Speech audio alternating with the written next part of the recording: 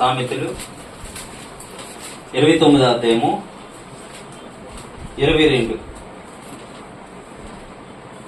కోపిష్ఠుడు కలహము రేపును ముంగోపి అధికమైన దుష్క్రియలు చేయును. హల్లెలూయా హల్లెలూయా.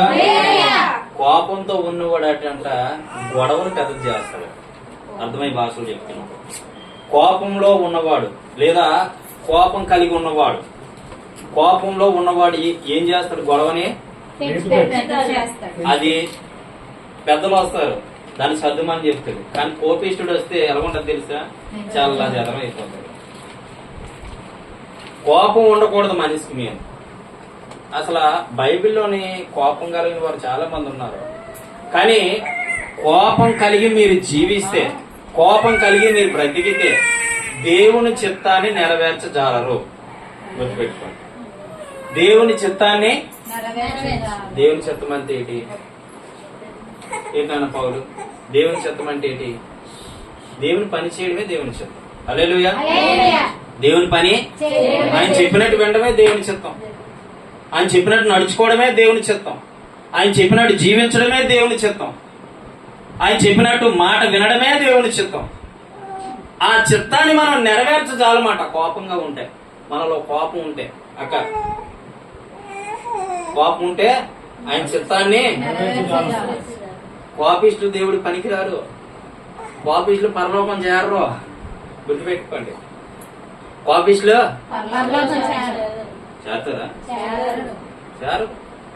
కోపం ఉంటే మాత్రం చేరరు. కొంతమంది కోపంతో వీళ్ళు తిట్టరు, తొమ్మరు, ఏమనరండి. ఒక చూపిలా చూస్తాడు అంతే. హల్లెలూయా. ఇలా చూస్తారంతే. అంటే ఆవిడికి ఈవిడ ఇలాగ అయిపోయి బెండ్ అయిపోయి తిన్నగా వెళ్ళి కూర్చోవలసిన ప్లేస్ లో కూర్చో.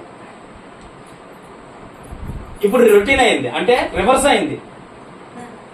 ఒకప్పుడు పురుషుడు అంటాడికి స్త్రీ అని కూర్చుండేది, ఇప్పుడు రివర్స్. స్త్రీ అంటే పురుషుడు బాగా అనుకుంటారు. హల్లెలూయా హల్లెలూయా. నిజమండి. ఇప్పుడు పురుషుడు, ఒకప్పుడు పురుషుడు చెబితే స్త్రీ వినేది. ఇప్పుడు అలా కాదు, రివర్స్. ఏమంటారు తెలుసా?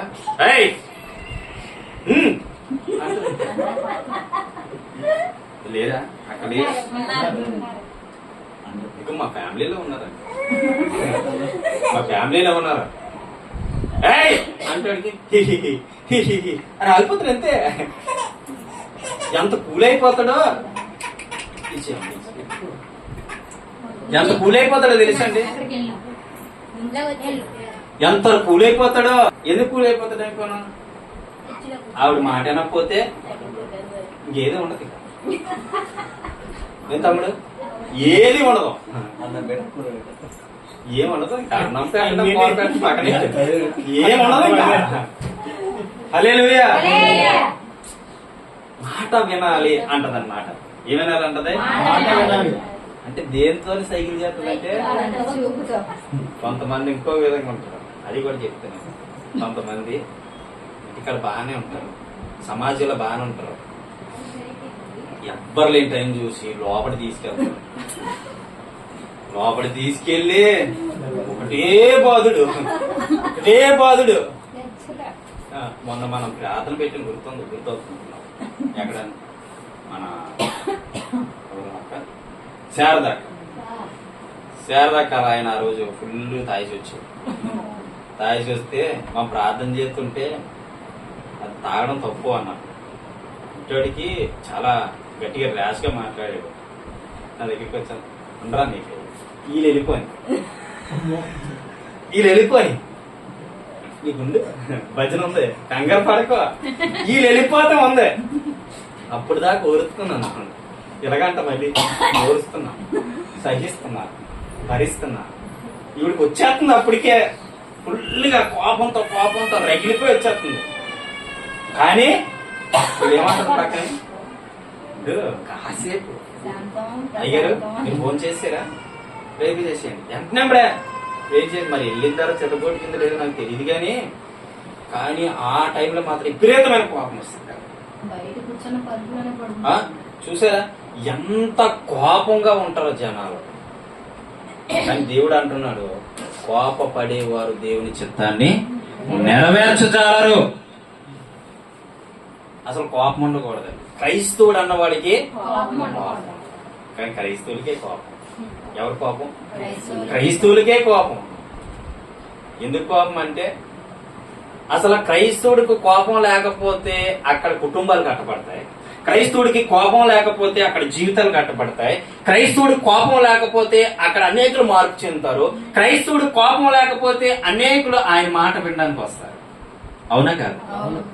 క్రైస్తవ్యంలో ఉన్నటువంటి మనశ్శాంతి అని బ్రతుకు ఇంకెందరూ లేదు. హల్లెలూయా. క్రైస్తవులు ఉన్నటువంటి మంచి జీవితం ఇంకెందరూ లేదు. ఎందుకో చెప్పమంటారా? క్రైస్తవులు దేవుని పాటిస్తారు. మొన్న ఒక వీడియో చూశారు. అందులో సువార్తకి వెళ్ళారు కొంతమంది సువార్తకి వెళ్తే అక్కడ ఒక అన్యుడు ఏం చేస్తున్నాడు తెలుసా? ఒక బిందె నిండా ప్యాన్ నీళ్ళు కలిపేసి ఆ బిందెలోని డొక్కులతో తీసి ముఖాల మీద వేసేస్తున్నాడు తెలుసా? కానీ ఒక్కరు, అంతమంది ఉన్నారు క్రైస్తవులు, వీడు ఒక్కడే ఉన్నారు, అంతమంది ఉన్నారు, కానీ ఎవ్వరు కూడా వాళ్ళు మాట కూడా ఒక్క మాట కూడా నోటంబడి ఆడాలి. ఎందుకు తెలుసా? నా దేవుడు శిలువలోనే క్షమించాడు ఆ పాపాన్ని. హల్లెలూయా. ఆ పాపాన్ని శిలువలోనే క్షమించాడు. ఆయన క్షమించే సమర్థుడు కనుక మనం కూడా ఏం చేయాలి? మరి క్షమిస్తున్నావా? లేకపోతే కోపం పడుతున్నావు నీ భార్య మీద అవ్వచ్చు, నీ తల్లి మీద అవ్వచ్చు, నీ యొక్క కూతురి మీద అవ్వచ్చు, నీ కొడుకు మీద అవ్వచ్చు, నీ తండ్రి మీద అవ్వచ్చు, లేదంటే నీ కుటుంబస్తుల మీద అవ్వచ్చు, బంధువుల మీద అవ్వచ్చు, స్నేహితుల మీద అవ్వచ్చు, ఎవరి మీదైనా కోపడుతున్నావా? కోపం పడ్డావా నీకు దేవునికి చాలా దూరం వచ్చారు. అనుకోకుండా ఒకసారి వచ్చేస్తా, అనుకోకుండా ఒకసారి వచ్చినప్పుడు నువ్వేం చేయాలి తెలుసా? డాక్టర్ చెప్తుంటాడు, మీకు ఒక చిట్కా చెప్తున్నాడు. డాక్టర్ ఏం చెప్తాడు? పెరాలసిస్ వచ్చిన మనిషికి ఏంటిస్తాడు అని ఒక బంతిని ఎత్తాడు. బంతిని ఏం చేయమంటాడు? ఎందుకు? ఈ నరాలు పనిచేస్తాయి. అలాగే మీకు ఒక బంతో బాలో చేతికి ఇవ్వాలి. కోపడేటప్పుడల్లా ఇలాగా దీన్ని ఎలాగంటూ ఉండాలి, ఎలాగంటూ ఉండాలి. అంటే కోపం ఇంకా తగ్గుతుంది అన్నమాట. ఏమవుతుంది? పెరాలసిస్ వచ్చి మనిషికి ఎందుకు ఎత్తారు బంతి చెప్పండి? ఇలా ఫ్రెష్ అవుతూ ఉంటే శరీరం ఫ్రీ అవుతుంది, బ్లడ్ సర్క్యులేషన్ బాగా అవుతుంది. ఈ కోపడి వాడికి కూడా అలాగే, వీడికి కూడా ఇలాంటిది ఒకటి ఇస్తే అనుకో, ఇలాగ అంటూ ఉంటే ఆ కోపం ఏమంటుంది? అలా కొంచెం తగ్గుతూ ఉంటుంది. హల్లెలూయా. నిజం చెప్తాను, అంటే నేను చిట్కా చెప్తానండి, ఎక్కడ రాయబడలేదు కానీ చిట్కా చెప్తాను. హల్లెలూయా. కానీ గుర్తుపెట్టుకోండి, కోపం పడితే దేవునికి నీకు సంబంధం. కోపం పడితే నీకు దేవునికి తెలియదు. కోపడితే దేవునికి నీకు సంబంధం. దేవునికి నీకు దగ్గర అవ్వాలంటే అసలు కోపమే రాకూడదు. రాకూడదు. సైకిల్తో చేసిన అది కోపమే. అంటే నోరుతో చెప్తే అందరు వింటారని సైకిల్తో చేసిన అంటారు అంతే. అనేటవాడికి వీడు ఏం చేస్తాడు? కుక్క పిల్ల ఎలాగైపోతుంది? కుక్క పిల్లని చూడండి, అది గట్టిగా అరిస్తే పెంపుడు కుక్క గట్టిగా అరిస్తే అని అయిపోతుంది. చూసారా? అలాగే అయిపోతారండి. నిజం కాదా? ఎందుకు అంత కోపాలు? ఏం సంపాదిద్దామని కోపంతో, ఏం పోగు పెడదామని కోపంతో? మీకు తెలుసా? కోపపడే వారికి ఒకటి వస్తుంది, దానివల్ల ఏంటవుతుంది? ఇంకోటి వస్తుంది, ఇంకా ఇలా తిరిగిపోద్దండి ఇల్లు. ఇలా తిరిగిపోద్ది అంతే. ఏమంతే? నాకు ఐబీపీ ఉండడం వల్ల ఎవడు పడమండి ఐబీపీ. హల్లెలూయా. చూసారా? కోపం ఒక మనిషికి అసలు ఉండనే కూడదు. మా ఆవిడ ఎప్పుడైనా సపోజ్ చెప్తాను, మా ఆవిడ ఎప్పుడైనా చాలాసార్లు కోపడుతుంది అనుకోండి, నేనేం చేస్తానంటే ఒక పనీలు వేసుకొని జేబులో చెయ్యి పెట్టుకొని ఫోన్ పట్టుకొని పోతాను. పెట్టు అక్కడ. ఆడు ఉంటే ఇంకా పెద్ద అయిపోవాలి. పోవడం మంచిది. హల్లెలూయా. నేర్చుకోండి. ఇది కూడా ఉండాలి. ఇలా నువ్వైనా పోవాలా లేకపోతే ఆయన బయటికి పోవాలి. అక్కడ సాతాను గడు అంటాడా, కొట్టుకోండి కొట్టండి. ఆడి పక్క నుండి ఆడికి 10 కోట్లు ఇచ్చినంత ఆనందం అండి ఒక భార్య భర్త కొట్టుకుంటే. ఆడి పక్క నుండి అంటాడు, నేను చెప్పినట్టు అంటున్నారు, నేను చెప్పినట్టు నడుచుకుంటున్నారు, నేను చెప్పినట్టు జీవిస్తున్నారు. అబ్బా బాబా బా భలేగా ఉంది, భలేగా ఉంది. ఈ గొడవలా పెద్ద అయిపోయి తల్లిదండ్రులు ఆడతారు, వాళ్ళెవడో కొడేస్తాడు. వాళ్ళతో పాటు వీళ్ళు గొడవ ఆడతారు, వీళ్ళెవడో కొడేస్తాడు. ఇంకెలాగే 10 మంది 20 మంది కొడేసుకుంటారు. తలకాయలు బద్దలు వెళ్ళిపోయి కొంతమంది నరికించుకుంటారు. రిమయ్యాన్ని నరికించుకుంటున్నాం. ఎందుకు వచ్చింది చెప్పండి తిప్పలు? ఎందుకు వచ్చింది కోపం పడడం? నీకే శాపము, నీకే శాపము, నీకే శాపం. అది ఒక తల్లి అట కుమారుణ్ణి చాలా ఆడఘోరాలుగా పెంచుతాం. ఒక తల్లి అట కుమారుణ్ణి ఆడఘోరాలుగా పెంచుతోందట. పెంచుతూ పెంచుతూ పెంచుతూ పెద్ద చేసి గొప్పవాడిగా చేసి మంచి ఉద్యోగం వచ్చింది, మంచి మంచి జీవితం ఇచ్చింది, అంత బాగానే ఉంది. ఒకరోజు కుమారుడు తప్పుదోవ తిరుగుతున్నాడు అని తెలిసింది. కుమారుని హెచ్చరించింది, రే నానా నువ్వు వెళ్ళే దారి, నువ్వు చేసే పని మంచిది కాదు, నువ్వు చేసే ఉద్యోగంలోనే నువ్వు చేసేటువంటి ఆ పనికిమాలి పని మంచిది కాదు, ఇది దేవుడు మాట్లాడుతున్న మాట, గుర్తుపెట్టుకో అని చెప్పి తల్లి హెచ్చరించింది. నా మాట అయితే తీసుకోడని చెప్పి ఏం చెప్తుంది, ఇది దేవుని మాట అని చెప్పి ఒక రోజు చెప్పిందట వెళ్ళే, 2 రోజులు చెప్పిందట వెళ్ళే, 3 రోజులు చెప్పిందట వెళ్ళే, ఒక రోజు అడ్డుకుందంట. ఒక రోజు అడ్డుకుంది. అడ్డుకుంటే తల్లి మీద ఇష్టమే, ప్రేమే, గౌరవమే. కానీ ఏం చేశాడు తెలుసా, ఆమెను విడిపించుకోపోయి ఇలా తోసిస్తాడట. తోసిస్తే ఆ గోడకు ఒక మేకు ఉందట, ఈ తల్లి మేకి తగిలేసేసరికి ఆ మేకు ఆ తలలో దిగబడి బాగా కింద జారికి వచ్చిందట. ఈ చిన్న కిందకి వెళ్ళిపోయి ఆపి ఎంజాయ్ చేసుకొని మళ్ళీ అటు నుంచి వచ్చామా తలుపుతి అని చెప్తుంది. ఎవరు తీస్తారు తలుపు? ఇప్పుడు ఎంబడి తలుపు తీసుకొని లోపలికి వెళ్ళి చూసే అమ్మ చనిపోయింది, తల్లి చనిపోయింది. కోపం ఎంత అటువంటి శాపాన్ని గురి చేసిందో చూసారా? చిట్కా తెలుసుకో. ఏం చిట్కా అంటే ప్రభులో నువ్వు కోప్పడి వరకు అనుకో. హల్లెలూయా. అదేంటంటే నువ్వు కోపం మానుకొని కోపాన్ని విడిచిపెట్టేసి నీ మార్గంలో నువ్వు వెళ్ళిపోతే ఎవరిని నేను చేయను. హల్లెలూయా. హల్లెలూయా. సామెతలు సామెతలు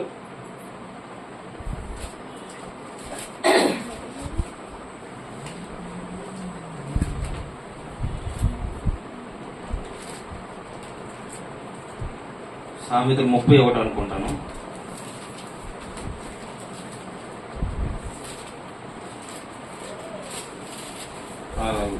కాదు, నేను తప్పు రాసుకున్నాను. ఒకసారి ఏపీఎస్సి తీయండి. ఏపీఎస్సి 4:31, ఏపీఎస్సి పత్రిక 4:31, ఏపీఎస్సి పత్రిక 4. సమస్తమైన ద్వేషము, కోపము, క్రోధము, అల్లరి, దూషణ, సకలమైన దుష్టత్వము మీరు విసర్జించుడి. ఒకని ఎడల ఒకడు దయగలిగి కరుణా హృదయులై క్రీస్తునందు దేవుడు మిమ్మల్ని క్షమించిన ప్రకారము మీరును ఒకరినొకరు క్షమించుడి. హల్లెలూయా. హల్లెలూయా. హల్లెలూయా. ఇక్కడ చెప్తున్నాడు దేవుడు. అపోస్తలుడైన పౌలు కొరింథీ సంఘానికి వెళ్ళి చెప్తున్నాడు, ఎఫెసీ సంఘానికి వెళ్ళి చెప్తున్నాడు. ఏం చెప్తున్నాడు అంటే సమస్తమైన ద్వేషము, కోపము, క్రోధము, అల్లరి, దూషణ, సకలమైన దుష్టత్వము మీరు విసర్జించుడి. హల్లెలూయా. హల్లెలూయా. విసర్జించుడు అంటే ఏంటి? వదిలిపెట్టడం. విసర్జించడం అంటే వదిలిపెట్టడం. దేని వదిలిపెట్టడం అంటే అక్కడ చూడండి మరొకసారి. సమస్తమైన ద్వేషము అంటే ద్వేషం అంటే ఏంటిది? ద్వేషించడం అంటే ఏంటి? ఏమరా మీరు అందరికీ మనుషులే కదా, మాట్లాడరా? నా భోజనం నేను ఏర్పాటు చేయలేదు, మాట్లాడండి. హల్లెలూయా. ద్వేషం అంటే ఏంటి? తోసేయడం. ఇవంటే నాకు ఇష్టం లేదా? ప్రేమికులు అంటారు కదా, ఏదో చిన్న ఏదో వచ్చేసరికి అంటే నాకు ఇష్టం లేదా పా. అదేంటంటే లోపల ప్రేమే, బయట ప్రేమ, లోపల ప్రేమ కాదు. కానీ మళ్ళీ దాన్ని చూడకపోతుండే మా చెల్లె, మళ్ళీ చూడలేకపోతుండదు మేకలాగా. అవునా కాదా? హల్లెలూయా. ద్వేషిస్తారు కానీ అది ఉండకూడదు. క్రైస్తవులు ఎలాంటి మనిషి వచ్చినా ప్రేమించడం నేర్చుకో, ఎలాంటి వ్యక్తి అయినా ప్రేమించడం నేర్చుకో. ఎలాంటి మాయగాడైనా, మోసగాడైనా, వికలాంగైనా, కుళ్ళిపోయి ఆయన మందిరానికి వచ్చినా, చెడు వాసంతో మందిరానికి వచ్చినా, చెడుగా కనిపించినా, ఏ విధంగా కనిపించినా నువ్వు ప్రేమే చూపు. హల్లెలూయా.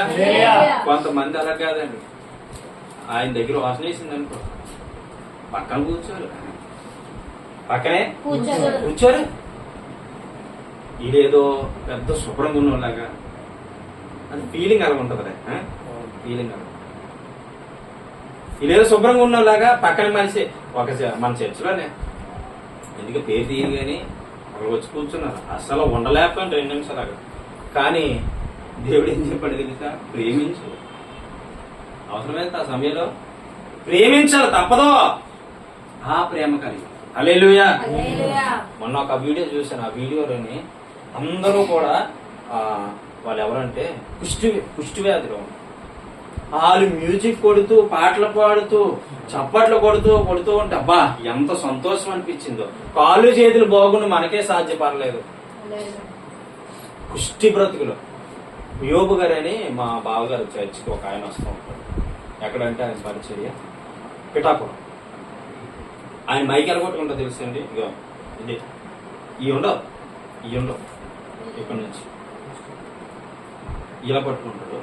వాక్యం ఎక్సలెంట్ చెప్తారు. చూస్తే అసలు దోమలు, ఈగలు అన్నీ చేరుతుంటాయి. నిజం చెప్తున్నానండి. చూస్తే దోమలు, ఈగలు అన్నీ చేరుతాయి. కానీ మంచి వాక్యం చెప్తాడు. మాట్లాడుతుంటే ఇలాగా సొంగ కాలిపోతూ ఉంటాడు. నేను విమర్శించడానికి చెప్పండి, మీకు అర్థం అవడం. కానీ తన వైఫ్ని చూస్తే కోరుండి చేసుకుంటాడు. చాలా అందరూ. హల్లెలూయా. అందగత్తి కాదు, వాళ్ళు చర్చిలో పీపుల్స్ కూడా వాక్యం అనే మార్గంలో నడిపిస్తారు. హల్లెలూయా. అలాంటి దేవుడే అలాంటి ఆయనకి అనుకరించాడు. దేవుడి కన్నా నువ్వేం గొప్పడువా? మరి ఎందుకు ద్వేషిస్తావు? ఆ మనసు నీకు ఉండనే. రెండోది కోపం. ఇది చెప్పుకుంటున్నాం కదా, అది ఉండకూడదు. మూడోది క్రోధము. క్రోధం అంటే ఏంటి చెప్పండి? క్రోధం అంటే క్రోధం అంటే చెప్పండి.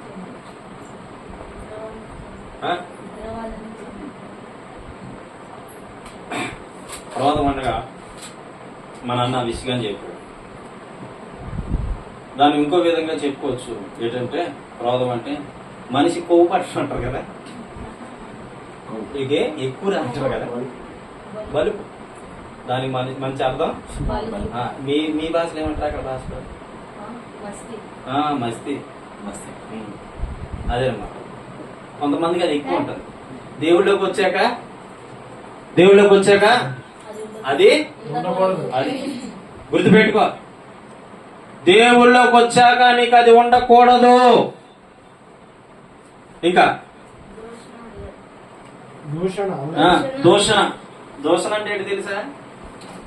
ఈవిడ ఎలా ఆడదా, ఆవిడ అలా ఆడదా, ఆవిడ మంచిది కాదంట, ఈవిడ చెడ్డదంట. ఎందుకు ఒకరి గురించి నీకు? క్రైస్తవుడికి ఈ లక్షణాలు ఉండకూడదు. ఆవిడ ఎలా ఆడదైతే నీకెందుకు? ఏమన్నా అంతేనా?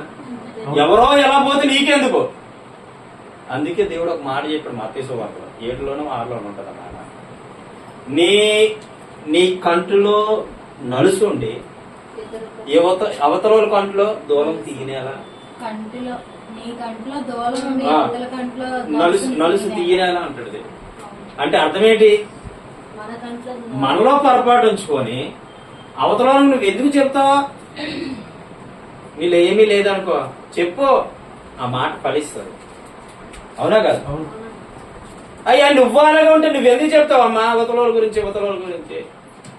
కొంతమంది ఏం చేస్తారు, అది మంచి తెలివితేటలు ఉపయోగించి మనతో కలిసి ఉంటారు కొంతమంది.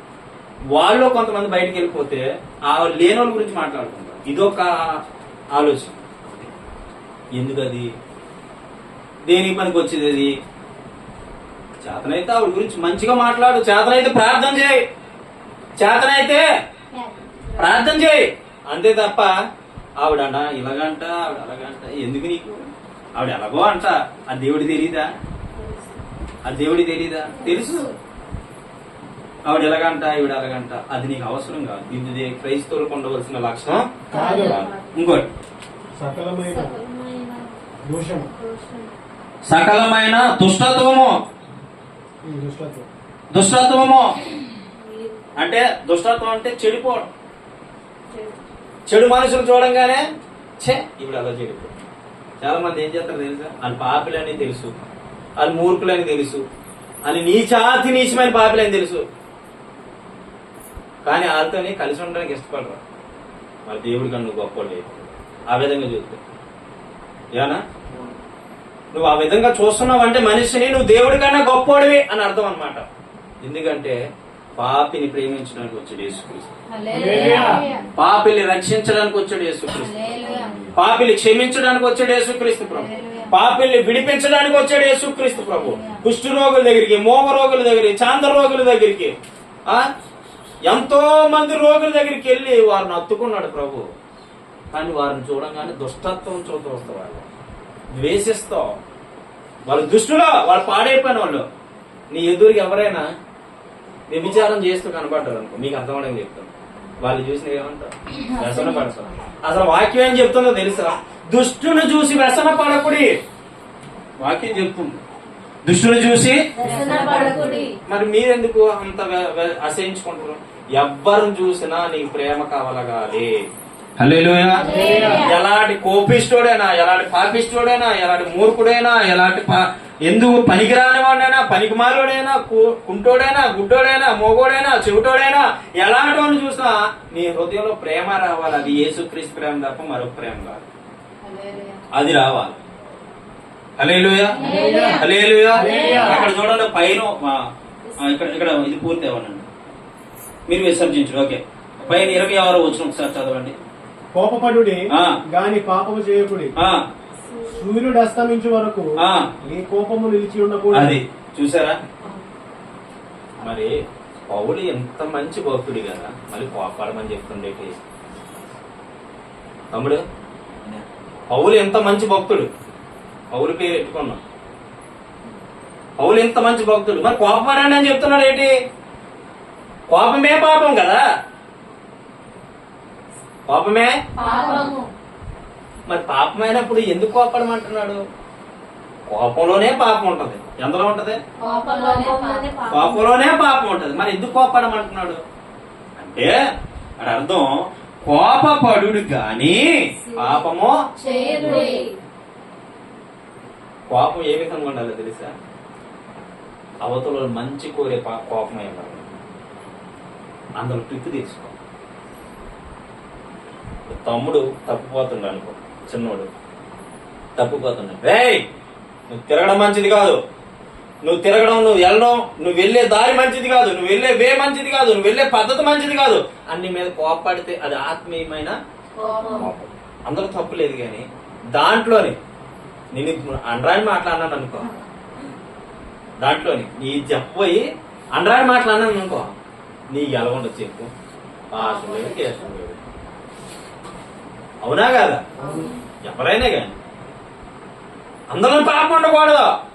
ఒకవేళ నువ్వు కోపపడినా సూర్యుడు ఉదయించి అస్తమించే లోపు, అమ్మా మీరు భార్య భర్తలు అయితే దయచేసి చెప్తున్నాను, ఒకవేళ గొడవలు అనుకోకుండా ఆడినా, గొడవలు అనుకోకుండా పెట్టుకున్నా, ఒకవేళ గొడవలు అల్లర్లు వచ్చినా, ఒకవేళ కోపతాపాలు ఏమని వచ్చినా, సూర్యుడు ఉదయించి అస్తమించే లోపు ఏం చేయాలి తెలుసా? కలిసిపోవాలి. కోపం పోవాలి కాదు, కలిసిపోవాలి భార్య భర్త. మీకు వచ్చిన ట్రిక్ చెప్తా. భార్య కోపపడింది, తిండి తినలేదు, నువ్వు భర్త అయినప్పుడు ఏం చేయాలి తెలుసా? భర్త అయినప్పుడు శుభ్రంగా అన్నం కలిపి కూర కలిపి శుభ్రం బయటికి తీసుకొచ్చి నువ్వు తినేయడం కాదు, గుర్తుపెట్టుకో. అదే అన్నాన్ని వద్దన్నా సరే తినిపించు, వద్దన్నా ఏసై ప్రేమ అండి ఇది. నేనేదో మీకు సందడి కోసం చెప్పట్లేదు, ఏసై ప్రేమ ఇది. వాళ్ళకి తినిపించు, పూలైపోతారు. ఏమైపోతారు? కొంతమంది ఉంటారు, నువ్వు ఏదైనా పుకోడి కార్లు ఇలాంటి కుటుంబాలు ఎన్నో ఉన్నాయి, నేను ఫేస్ చేసుకొచ్చిన ఇవన్నీ. హల్లెలూయా. మన అబ్రహం పాస్టర్ గారు ఒక మాట చెప్తాను. అబ్రహం పాస్టర్ గారు కాదు, మొన్న వచ్చిన పెద్ద ఆయన వచ్చారు మన దగ్గర. ఆయన 10 సంవత్సరాలు నాకు తెలుసు, ఆవిడ మెంటలు ఉందండి బాబు, మీరు వెళ్ళేటప్పుడు అలా ఒక బిస్కెట్ ప్యాకెట్ ఒక చాక్లెట్ ప్యాకెట్ పట్టుకుని వెళ్ళండి అంతండి. ఎందుకండి అన్నాను. ఆవిడ ఎప్పుడు వెళ్ళకుండా తెలియదు, ఈ చూడగానే కూలైపోతాను. హల్లెలూయా. కొంతమంది అలాంటి పడిపోతారు. నాకు తెలిసిన ఒక ఫ్యామిలీ ఉందండి విజయవాడలో, మనోలే. నాకు తెలిసిన ఒక ఫ్యామిలీ ఉంది. ఆడి ఇంటి రెంట్ కట్టడు, వాటర్ బిల్లు కట్టడు, పిల్లల చదువుల బిల్లు కట్టడు, ఏమి చేయడు, రూపాయి తేడో, తినేసి తిరిగి తాగుతాడు, తినేసి తిరిగి తాగుతాడు. కానీ ఇంటికి వచ్చేసరికి పిల్లలు ఏం చేయాలి, భార్య ఏం చేయాలి, అన్నం రెడీ చేసి నీళ్ళు పెట్టి మహానుభావుడు వచ్చేసరికల్లా ఏం చేయాలి, సిద్ధపరచాలి, లేకపోతే యుద్ధాలు జరిగిపోతాయి. సిద్ధపరచాలి. నేను ఒక రోజు అడిగాను, ఆవిడ అంటుంది చేసుకుని పాపానికి తమ్ముడు, చేసుకుని పాపానికి ఏం చేయాలట, ప్రేమ చూపాలట. నేనన్నాను, నువ్వు వాళ్ళకో నాకు ఆడ వై చెప్తావు గాని, ఆయన 10 రూపాయలు 5 రూపాయలు పొట్లాలు తెచ్చేసరికి నువ్వు పూలైపోతున్నావు అని చెప్పాను. అది కరెక్టే, నిజం చెప్తున్నానండి, అది కరెక్టే తమ్ముడు అంటది. ఏంటి, ఆ కరెంట్ బిల్ కట్టాల్సింది ఎవరో, వాటర్ బిల్ కట్టాల్సింది ఎవరో, రూమ్ రెంట్ కట్టాల్సింది ఎవరో, తెచ్చిన సంపాదన భార్యకి ఇచ్చే బాధ్యత లేదా, భార్యను చూసుకునే బాధ్యత లేదా, భార్యను పెంచుకునే బాధ్యత లేదా, మరి నీకెందుకు పెళ్లి? మరి అలాంటి వాడు ఉంటే ఏంటి, ఉండకపోతే ఏంటి? ఉన్నప్పుడు ఈ భార్య ఎప్పుడు దాకా ఏమంటారు తెలుసా, చంపేస్తానండి రానే అక్క చూడాలి, చంపేతనండి ఎందుకు వేస్ట్ అడిగాడు, వేస్ట్ చేయండి పక్కన పెట్టి అంత ఇంటికి వెళ్ళం కానీ ఉండో ఇగో తెచ్చిన నీకోసం తిను ఒకటి తీస్తే 2 రూపాయలు జిలాబీ, 2 రూపాయలు జిలాబీ ఒకటి తెచ్చి తినో నీకోసం బలేడుదాను అనుకునేసరికి ఎక్కడా ఉండదు, ఐస్ బాక్స్ లో కూర్చున్నంత కూలింగ్ రాదు. హల్లెలూయా. ఏంటి వాస్తవమే కదా తమ్ముడు? ఐస్ బాక్స్ లో కూర్చున్నా అంత కూలింగ్ రాదు, ఇక్కడ కూల్ అయిపోతే ఈ 10 రూపాయల పొట్లం దగ్గర ఎంబడే మళ్ళీ రెండో తీరు మారుతుంది. ఆడి తీరు మారదా, సేమ్ తిరుగుతాడు, తాగుతాడు, వస్తాడు, మళ్ళీ వేరే నీళ్ళు పెట్టాలి, మళ్ళీ యథావిధిగా భోజనం పెట్టాలి, మంచం మీద దుప్పటారాలి, పడుకోవాలి. మహానుభావుడు హ్యాపీగా పడుకుంటాడు, హ్యాపీగా వెళ్ళిపోతాడు. మరి పిల్లలు ఎవరు చూస్తారంట? ఇలాంటి వాళ్ళు లేకపోలేదు. ఈ పొట్లాలు గిట్లాలు పడిపోకండి దయచేసి. హల్లెలూయా. భర్త భార్యలు ఎలా ఉండాలంటే ఒక అన్యోన్యంగా ఉండాలి. నిన్ను చూసి నీ భర్త నీ భార్యను చూసి ఏమన్నా తెలుసా, బా ఎంత జంట నేను ఎక్కడ చూడలే. నాకు తెలిసిన ఒక ఫ్యామిలీ ఉంది, అది ఇప్పుడు ఎంఈపీ ప్రాంతాలకు వస్తే వాళ్ళ అన్నిటి పక్క. నేను చిన్నతనంలో పాపంత వయసులో వాళ్ళు వచ్చారు. ఆ వయసులో నుంచి ఇప్పటికి వాళ్ళకి ఇంచుమించు 30 సంవత్సరాలు నేను ఎదిగి వాళ్ళిద్దరు గొడవాడుకోవడం నా లైఫ్ లో చూడలేదు. ఎలా మాట్లాడుకుంటారో తెలుసా, చాలా చక్కగా మాట్లాడుకుంటారు భార్య భర్త. ఎంత ప్రేమాలకి. హల్లెలూయా. కొంతమంది అన్యుల ద్వారా కూడా క్రైస్తవులు బుద్ధి చెప్తున్నారు ఒక్కోసారి, కొంతమంది ఖచ్చితంగా. మరి నీకెందుకు అంత కోపం ఉండకూడదు.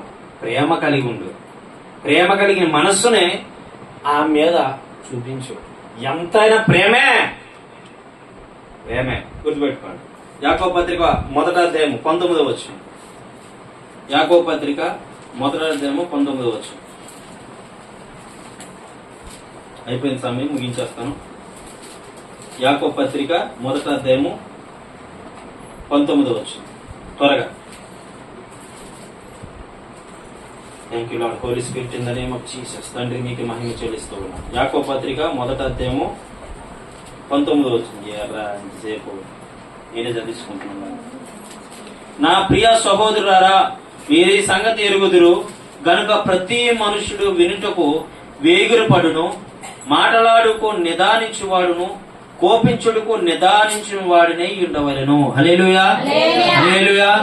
యాకోబు చెప్తూ ఉన్నాడు, ఏమని చెప్తున్నాడంటే, నా ప్రియ సహోదరులారా అంటే మనందరికి చెప్తున్నాడు అనుకోండి. మీరు ఈ సంగతి ఎరుగుదురు గనుక ప్రతి మనుషుడు వినుటకు వేగిరపడువాడును, మాటలాడుటకు నిదానించువాడును, కోపించుటకు నిదానించువాడునై ఉండవలెను. కోపం వచ్చే ముందు వెనక ముందు చూసుకోవాలి తమ్ముడు.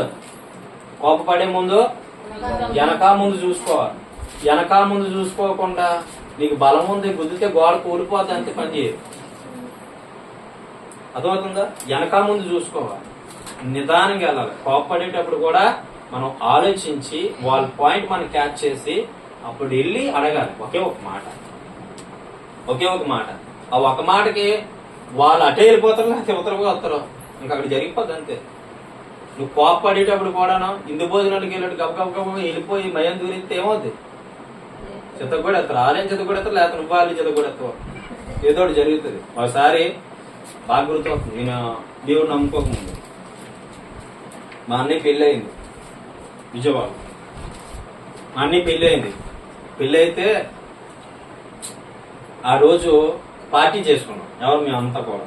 నేను దేవుడు నమ్ముకోలేనప్పుడు చెప్తున్నాను, అంటే కోపిష్టుడు మనసు ఎలాగుంటో చెప్తున్నాను. బార్లోకి వెళ్ళామండి, తాగుతున్నాం తాగి అక్కడ ఏం జరిగింది తెలుసా?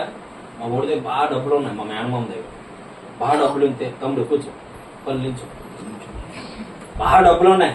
తీసి ఏమంటారు తెలుసా? ఆడి బయట చూస్తే పడే, లోన్ చూస్తే లోడే. ఇది తీసి రాయ్ ఇలా ఇసిరి అంతండి, ఆ ప్లేట్ చికెన్ తెచ్చు అంత అంట. పాపం నిజం చెప్తున్నానండి, ఆ రోజు ఎంత భరించారో ఆ బారోళ్ళు, ఎంత భరించారు, ఎంత సహించారో భరించారు. మొత్తానికి అంత జరిగిపోయింది. వీడు ఏం చేశాడు? డబ్బులు ఇవ్వకుండా ఇంకోటి తెమ్మంటుండ. అలా నేను డబ్బులు ఇవ్వండి అప్పుడు తెస్తామని చెప్పాడు. చెప్తే వాళ్ళ మీద నానా రోత మాట్లాడి పైకి వెళ్ళిపోయాడు. ఇంచుమించు వాళ్ళందరూ అప్పటికే ఫోన్లు చేసుకున్నారు, ఇలా గొడవ జరిగిపోతే వచ్చేయండి అని. ఆ చుట్టుపక్కల గౌరవులందరూ పిలిపించుకొచ్చేసారు. ఈయన కొట్టారండి, కుక్కని ఈడిచి కొడతారు. చూసారా? నేను చెప్తున్నాను, నా జీవితంలో జరిగిన సంఘటన. సీసాలకి బుర్ర మీద భద్రం కొట్టేసి, చెత్త కొట్టేసి, తెల్ల చెట్ట బురదలో పందినాగా నల్లగా అయిపోయింది. ఆ చెట్టతో వచ్చి చెత్త కొట్టేసాను నేను. మామూలు కాదు, తాగాను. నా బాధ ఏంటి తెలుసు? ఆడిని అడ్డుకోవడానికి వెళ్ళి నాకు కూడా సీసాకాయలు తెగిపోయినాయి, తెక్కొట్టినారు. అడ్డుకోవడానికి వెళ్ళాను నేను, తెక్కొట్టేశారు. అంటే కొంతమందికి తాగితే ఇరగబాటు వస్తుంది, తాగబోతే లక్షణం ఏంటి? ఇరగబాటు వస్తుంది. ఇరగబాటు వల్ల ఏమవుతుంది తెలుసా? వాడికే నష్టం. ఒక ఆయన సీసాగా ఓపెన్ చేసిపోయి ఈ పెరిగేలా కోసించింది. కోసిస్తే అంతండి, పర్లేదా వేసి పర్లేదంటే వేసి అంటాడు. ఎన్నో ఇలాంటి సంఘటనలు. ఎందుకు చెప్తున్నానంటే ఇంకా ఆ టైంలో ఏం తెలియదు తాగుబోతులకి. వీళ్ళంత దరిద్రం ఇంకేది ఉండదండి. కానీ ఆ తాగితే ఇంకొకటి వస్తాడు, అపరిచితుడు బయటకు వస్తాడు. ఆ అపరిచితుడు చూసి వీళ్ళు ఏం చేస్తారో తెలుసా? రెచ్చిపోతారు. మా ఇంటి ముందు ఒకడు ఉన్నాడు, తాగితే మాత్రం తల్లిని ఏం మాట అంటాడో తెలీదు, పిల్లని ఏం మాట అంటాడో తెలీదు, ఇంటికాడ ఉన్న వాళ్ళు ఏమాట అంటాడో తెలీదు. అంతవరకు కూడా ఆవిడ ఎక్కడ దాగుండి పోద్దో తెలీదు. అంత అయిపోయింది అప్పుడు. అప్పుడు దాకా రాదు, ఎందుకంటే వీడు అపరిచితులు పోవాలా, పట్టి ఎరగాల, అప్పుడు వస్తుంది. కొంతమంది తిరిగితే అట్లా దానివల్ల ఎన్నిసార్లు తాగులు తిన్నాడో ఆయనకి తెలియదు. ఆ కోపపడడం వల్ల ఇది కూడా ఉంటది, గుర్తుపెట్టుకోండి. అత్యధికంగా కోపం నీలో ఉందా? ఎవరో ఒకరి చేతిలో నువ్వు ఎక్కువ ఇంకా మామూలుగా కాదు.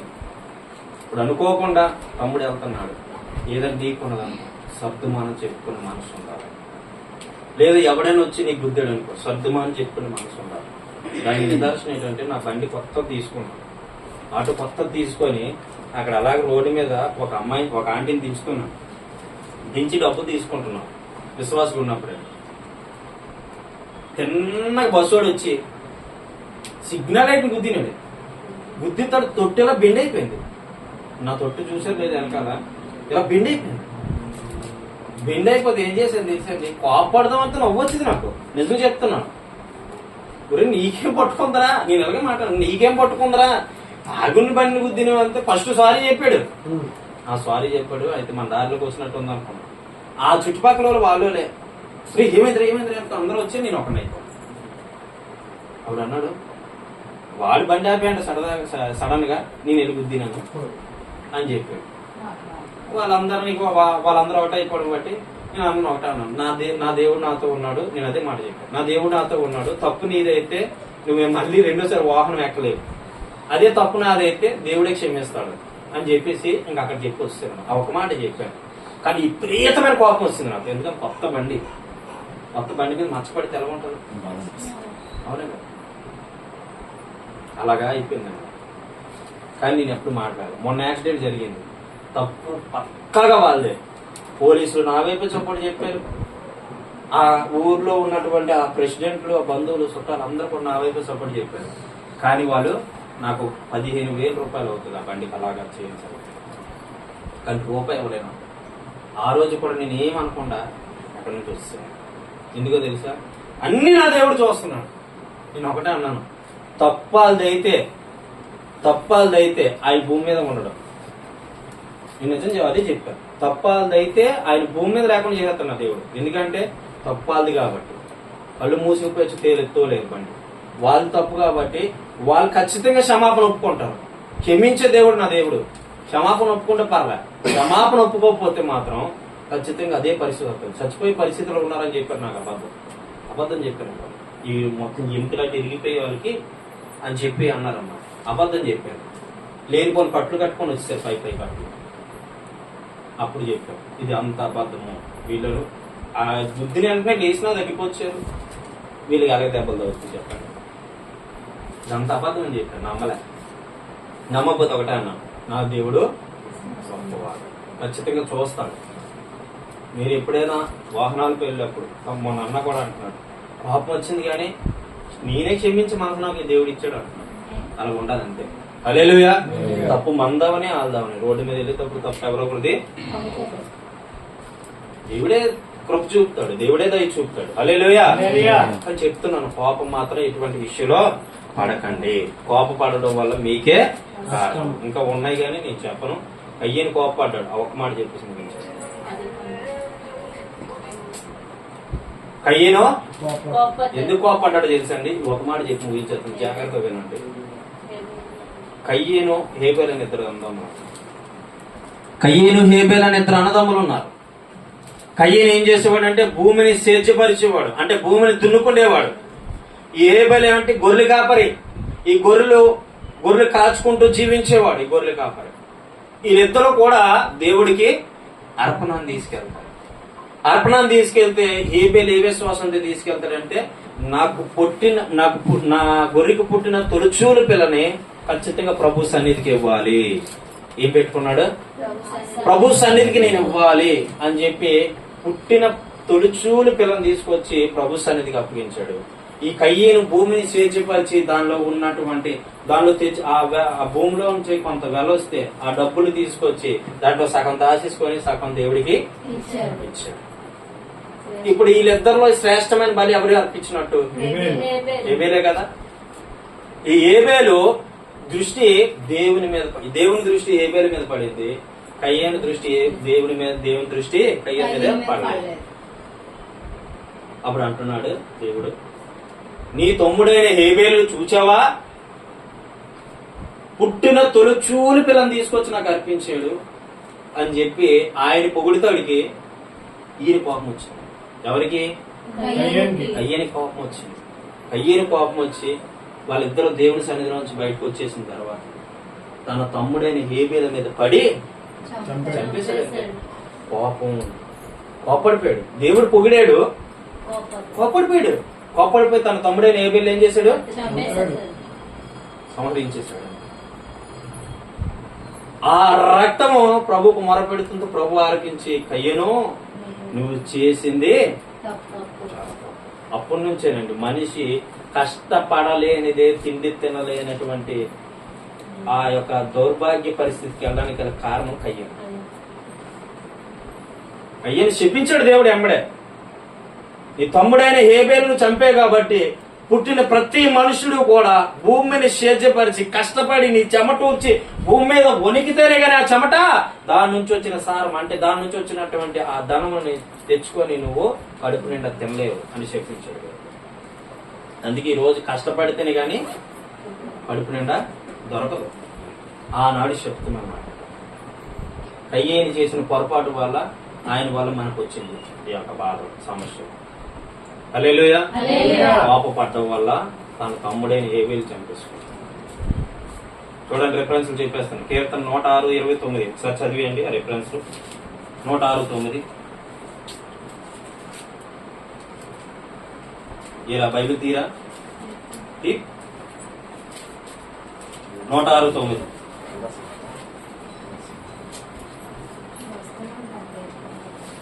106:9 ఆయన ఎర్ర సముద్రమును గద్దింపగా అది ఆరిపోయెను. మైదానం మీద నడిచినట్లు వారిని అగాధ జలములలో నడిపించారు. 29 నాన్న, 29 చదువు. వారు తమ క్రియల చేత ఆయనకు కోపం పుట్టించగా వారిలో తెగులు రేగెను. చూసా, ఆయన ఎర్ర సముద్రములు అంటే ఆయన వారి కోపం పుట్టించగా ఏం చేశాడట? వారికి తెగులు రేగను. ఎప్పుడైతే ఇశ్రాయేలు ప్రజలు తినేసి దేవుడి మీద తిరగబడ్డారో వెంబడి ఏం జరిగింది? తెగులు వచ్చేసాయి. దేవుడి మాట లేదు, తెగుళ్ళు వచ్చేసాయి. ఇంకా చూడండి, కీర్తన 30:5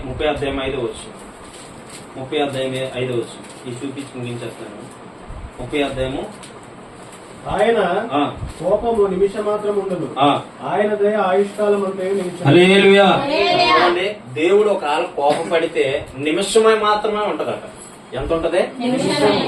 కానీ ఆయన దయ నీ జీవిత కాలం అంతే ఉంటది. చప్పట్లు పడి దగ్గర ఆయన కోపడితే నిమిషం మాత్రమే ఉంటది, ఆయన దయట జీవిత కాలం అంతా ఉంటుంది. అంటే నువ్వు బ్రతికినంత కాలము నీతోనే ఉంటది. అదేనండి దేవుడు అంటే. ఇప్పుడు చూడండి, ఆయన దయ మన మీద ఉండాలంటే మనం కోపపడేవారుగా అది గుర్తు. నువ్వు కోపపడ్డావా శాపానికి గురైపోతావు, పాపానికి గురైపోతావు, అల్లరికి గురైపోతావు, ఆ దేవుడిచ్చే జ్ఞానాన్ని కోల్పోతావు. కోపపడడం వల్ల దేవుడిచ్చే నెమ్మదిని కోల్పోతావు, శాంతిని కోల్పోతావు, మనశ్శాంతి లేక జీవిస్తావు. ఇవన్నీ కలుగుతున్నాయండి కారణం కోపము.